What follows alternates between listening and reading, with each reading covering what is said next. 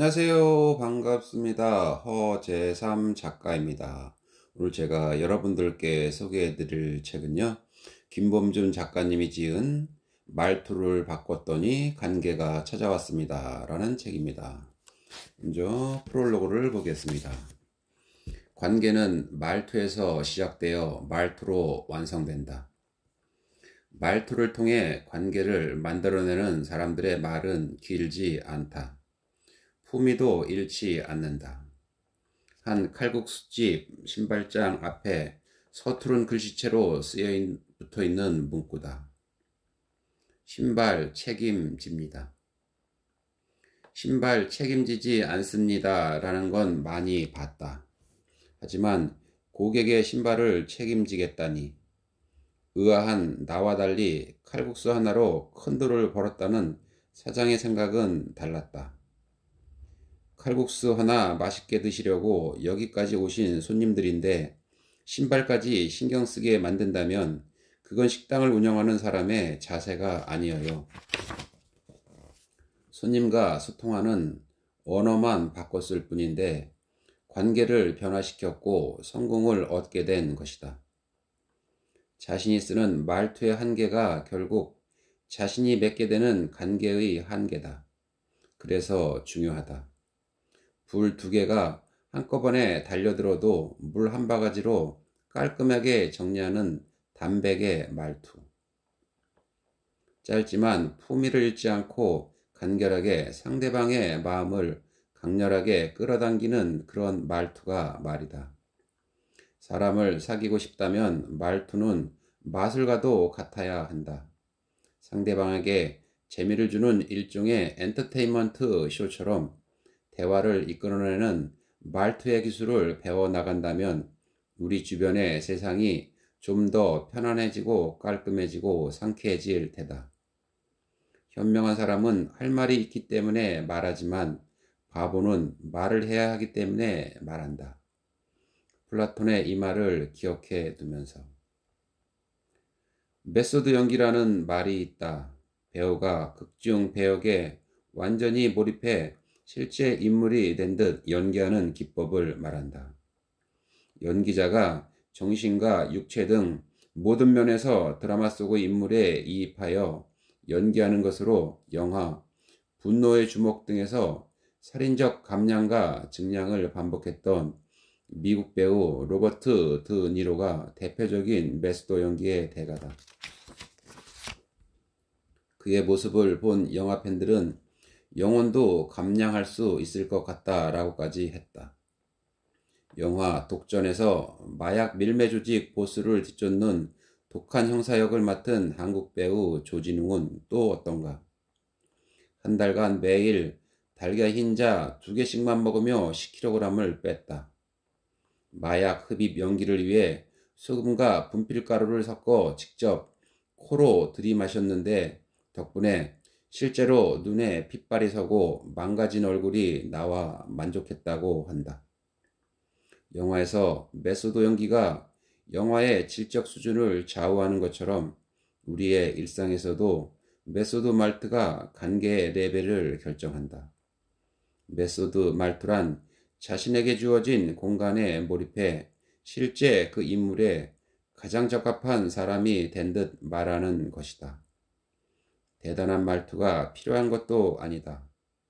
남자친구가 군대에 가게 될 때 나는 내가 군대 생활을 통해 얼마나 더 멋진 남자로 변신할지 너무나 궁금해 라고 말할 수 있다면 자녀가 당장 눈앞에 다가온 기말고사 준비로 고민을 할 때 나는 내가 기말고사를 통해 부족한 점을 보충하고 잘하는 점을 확인하게 되면서 발전하기를 기대해 라고 말하며 웃어줄 수 있다면 그 자체로 메소드 말투의 모델이다. 결국 관계를 이끌어내는 말투의 핵심은 간결함, 단순함, 담백함이다. 잘 나가는 그들은 이미 그런 말투로 세상의 성공을 가져가고 있다. 거스 히든크가 그랬다. 그는 호칭을 줄였다. 그렇게 대한민국 축구 국가대표팀의 월드컵 4강을 이끌었다. 유희열은 알고도 모른 체하며 자기 말을 줄여 그렇게 대단한 사람들만 모였다는 프로그램을 이끌어 나갔다. 어떻게 했을까? 모두 이 책에 소개했으니 확인하길 바란다. 그들은 말투의 달인들이다. 간결하게, 하지만 품위 있게 소통을 해나갔다.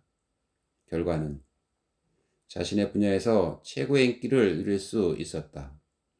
말투에도 근력이 있다면 그들의 말투 근력은 20대 청춘의 그것과도 같으며, 말투에도 바른 길을 인도하는 나침반이 필요하다면 그들의 말투야말로 말투 바이블과도 같았다. 그들의 말투를 배워야 하며 또 활용해야 한다. 그렇게 관계를 시작하고 또 그렇게 관계를 완성해야 한다. 물론 처음에는 서툴고 어색하다. 하지만 잊지 말자. 말투는 바꿀 수 있다. 그동안 무심코 내뱉던 의미 없는 말투에서 벗어나려는 노력 하나만 마음에 담아도 최소한 말 때문에 불이익을 당하는 일은 없을 것이다. 아니, 말 때문에 생긴 괴로움이 사라지고 대신 말 덕분에 얻게 된 이득이 가득할 때다. 사소한 시작이라고 생각하겠지만 말투 하나에도 비전을 품을 줄 안다면 큰 변화는 저절로 찾아오게 된다. 관계의 로드맵은 가볍게 몸을 푼 말투로부터 시작된다. 괜찮은 말투를 모으다 보면 어느새 자신도 모르게 가속도가 붙은 선한 관계의 힘을 느낄 수 있을 것이다. 우리의 말투가 조금은 부드러워졌으면 좋겠다. 화가 나는 상황에도, 짜증이 올라오는 순간에도 안전하게 화를 풀어내고 짜증을 다독이는 말투를 하나씩 배워나가면 우리 주변이 더 아름답고 편해지지 않을까 싶다. 그 핵심에는 나를 바라보고 상대방을 관찰하며 적절하게 풀어나가는 품위 있고 간결한 말투가 자리한다. 내 마음대로 움직이지 않는 후배를 보면서도 섣부른 짜증의 말 대신 처음이지? 괜찮아. 할 수 있는 것부터 천천히 해보지. 라며 짧게 격려하고 편하게 설명할 줄 아는 능력을 갖추는 그날까지 자신의 말투를 매니지먼트하는 우리가 되었으면 하는 바람이다. 네, 목차를 보겠습니다. 1장, 애쓰지 않아도 잘 되는 사람은 단순하게 말한다. 2장, 입만 열면 손해보는 사람의 무시당하기 쉬운 말실수. 3장, 나는 일보다 말투를 먼저 배우기로 했다. 4장, 말투를 바꿨더니 관계가 찾아왔다. 네, 그럼 본문으로 들어가 보겠습니다. 상대는 무슨 말을 듣고 싶을까? 6단어로 된 소설이 있다. 판매, 아기 신발, 한 번도 안 신었음. 지금까지 이 세상에 알려진 것 중에서 가장 짧은 소설이 어니스트 해밍웨이가 쓴 혹은 썼다는 바로 이 글이다. 친구들과 식사를 하다 가장 짧은 소설을 쓸 수 있는지 $10를 걸고 내기를 했을 때 그가 냅킨에 써냈다는 것이다. 이 짧은 소설이 주는 울림은 결코 작지 않다. 상상만으로도 가슴이 뭉클해진다. 슬픔이 밀려온다. 아이를 가진 엄마의 기쁨과 설렘, 태어날 아기가 신을 고르는 즐거움, 드디어 태어난 아이를 품에 안는 감동. 하지만 정성껏 준비한 새 신발을 신어보지 못한 채 세상을 떠난 아이와 부모의 애통한 마음. 이를 긴 소설로 써내려갔다면 글쎄, 이 정도의 감동이 있었을까? 줄여냈기에 더 큰 감동을 주는 언어의 매력을 우리의 말투도 적용해보면 어떨까? 말은 길어질수록 듣는 사람을 피곤하게 한다. 피곤은 짜증만 불러온다. 진정 원하는 것을 얻기가 힘들어진다. 말을 많이 할수록 많은 것을 얻을 수 있다는 잘못된 선입견과 싸워야 할 이유다.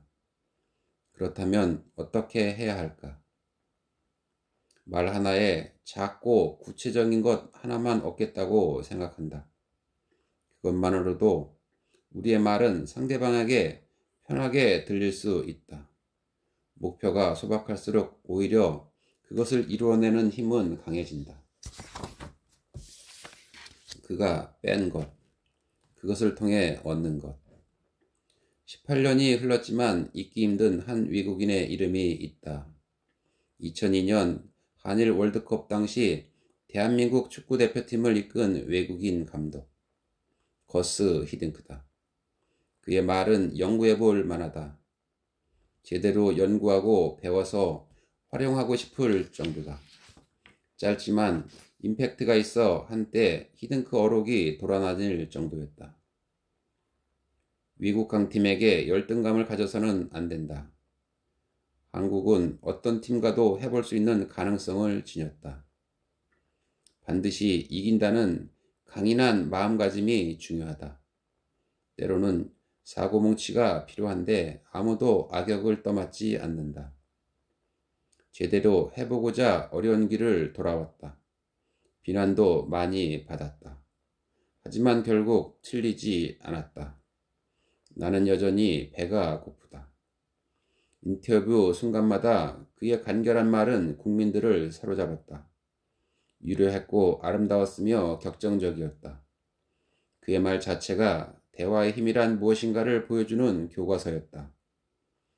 2002년 당시 월드컵 멤버였던 이천수 선수가 한 언론사와 인터뷰를 할 때 히딩크에 관한 일화를 말했다. 간결하고 효율적인 언어의 활용을 중시하는 히딩크 감독의 특징이 고스란히 드러나는 이야기였다. 대표팀이 유럽 원정 경기를 치를 때였다. 호텔 식당에서 밥을 먹기 전 히딩크 감독님이 날 부르기에 재빨리 달려갔다. 막내인 내가 히딩크 감독에게 달려가자 홍명보 선수를 비롯한 형들도 무슨 일인가 유심히 지켜보았다. 히딩크 감독은 대뜸 이런 주문을 했다. 명보라고 해라. 난 당혹스러운 표정을 지으며 되물었다. 감독님, 뭐라고요? 명보라고 하라고요? 히딩크 감독은 고개를 끄덕였다. 방법이 없었다. 당시 주장인 홍명보 형을 향해 외쳤다. 명보! 순간 식당에는 난리가 났다. 당시에 이천수 선수는 대표팀에서 가장 나이가 어렸다. 이런 그에게 최고참인 홍명보 선수를 이름으로 막 부르게 하는 히딩크의 아이디어가 멋졌다. 생각해보자. 순간적으로 수많은 상황이 전개되는 운동장에서 명보 형 여기로 공 주세요 라고 이야기하면 얼마나 비효율적인가. 긴박한 상황에서 무슨 존칭인가. 물론 이때 잘 받아준 당시 주장 홍명보 선수의 마음 씀씀이도 훌륭했다. 멋쩍어 했던 이천수 선수의 긴장을 풀어주었다고 한다. 천수야, 명보 소리에 임팩트가 좀 있더라. 너 그거 진심이지? 말해봐, 하하. 말을 간결하게 했던 것이 우리나라 국가대표팀이 기적과도 같이 이탈리아, 스페인 등을 제치며 4강에 간 이유 중에 하나라고 해도 괜찮지 않을까 하는 생각을 해본다. 기적의 비결은 짧으면서도 간결한 말의 활용에 있었다. 늘어지는 말은 지루하며 비효율적이다. 간결한 말은 구체적이며 효율적이다. 성과를 얻어내기 위해서 시간을 아끼는 기술이기도 하다. 세계 최고의 선수들이 기량을 겨루는 월드컵 무대에서 선배랍시고 이래라 저래라 하고 후배는 이를 고스란히 따르기만 한다면 현장에 맞는 팀 플레이는 불가능했을 것이다. 개가 짖는다고 해서 용하다고 볼 수 없고 사람이 떠든다고 해서 영리하다고 볼 수 없다.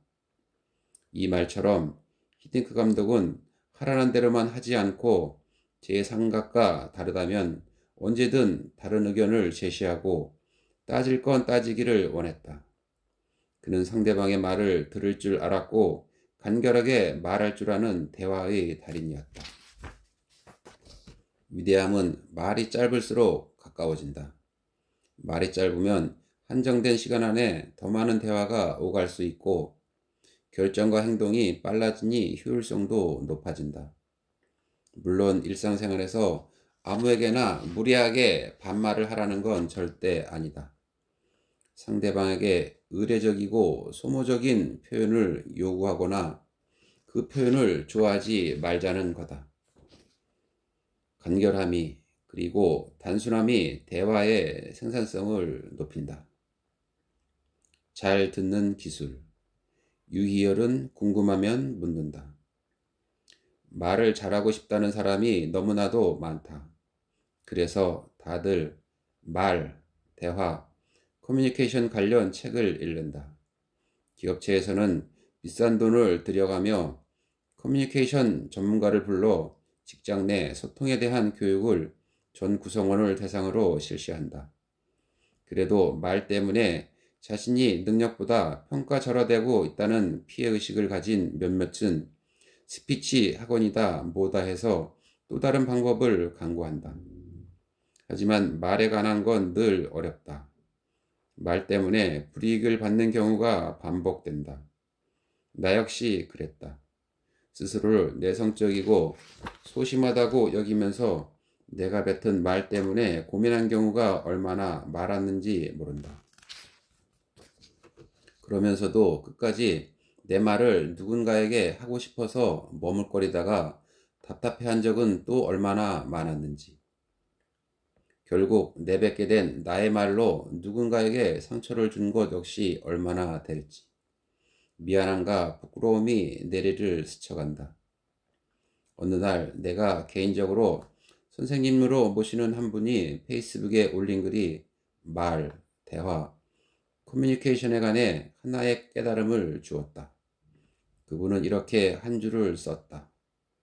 내가 모르는 것이 있는 곳으로 가자. 수없이 강연 요청을 받고 강의를 하는 분이 그 누구보다도 책을 많이 읽고 나름대로 정리하여 상식과 지혜가 충만한 분이 수준 높은 인문학 책을 여러 권 쓴 분이 자신이 모르는 것이 있는 곳을 찾겠다라고 올린 게 무슨 의미인지 얼핏 감이 오지 않았다. 댓글로 물어보았다. 선생님이 모르는 것이 있는 곳으로 가셔야 한다면 저 같은 사람은 하루 종일 이곳저곳을 헤매야만 합니다. 선생님에 비하면 정말 아무것도 모르는 사람이니까요. 그분은 나의 투정 섞인 댓글에 이렇게 답했다. 내가 모르는 것이 있는 자리로 가자란 말은 누군가의 말을 듣겠다는 의지의 표현입니다. 알면 할수록 내가 모르는 것을 인정하고 부족한 부분을 채우기 위해 내가 모르는 것을 아는 사람들에게 용기 있게 물어보고 또 그것을 듣는 연습이 필요합니다. 내 생각에 지금이야말로 그 모르는 것이 있는 곳으로 가서 씨앗을 뿌려야 할 때입니다. 지금 씨앗을 뿌리지 않으면 미래에는 아무것도 알 수 없을 테니까요. TV 프로그램 알쓸 신잡을 재미있게 시청했다. 음식 평론가, 정치 평론가, 거학 평론가, 소설가 등 쟁쟁한 지식의 소유자들이 모두 다양한 의견을 나누는 지식의 향연이다. 나는 그들 중 유희열이 가장 기억에 남는다. 자신이 모르는 것을 아는 겸손한 대화의 자세가 눈에 들어왔다. 다른 출연자들이 강의를 하듯 지식을 뽐내듯 말을 쏟아낼 때 유희열의 말은 짧고 단순했지만 아름다웠다. 대단하다. 어떻게 그런 것도 아시냐. 그의 말을 듣는 것만으로도 마음이 힐링되었다. 자신을 한껏 낮춰 상대방의 말을 끌어내는 것을 보면서 유희열이야말로 언어의 달인이라는 생각이 들었다. 화려하지 않지만 그 어떤 사람보다도 마음에 와닿는 언어를 잘 사용했다. 네, 오늘 저는 여기까지 마치고요. 다음 시간에 다시 뵙겠습니다. 감사합니다.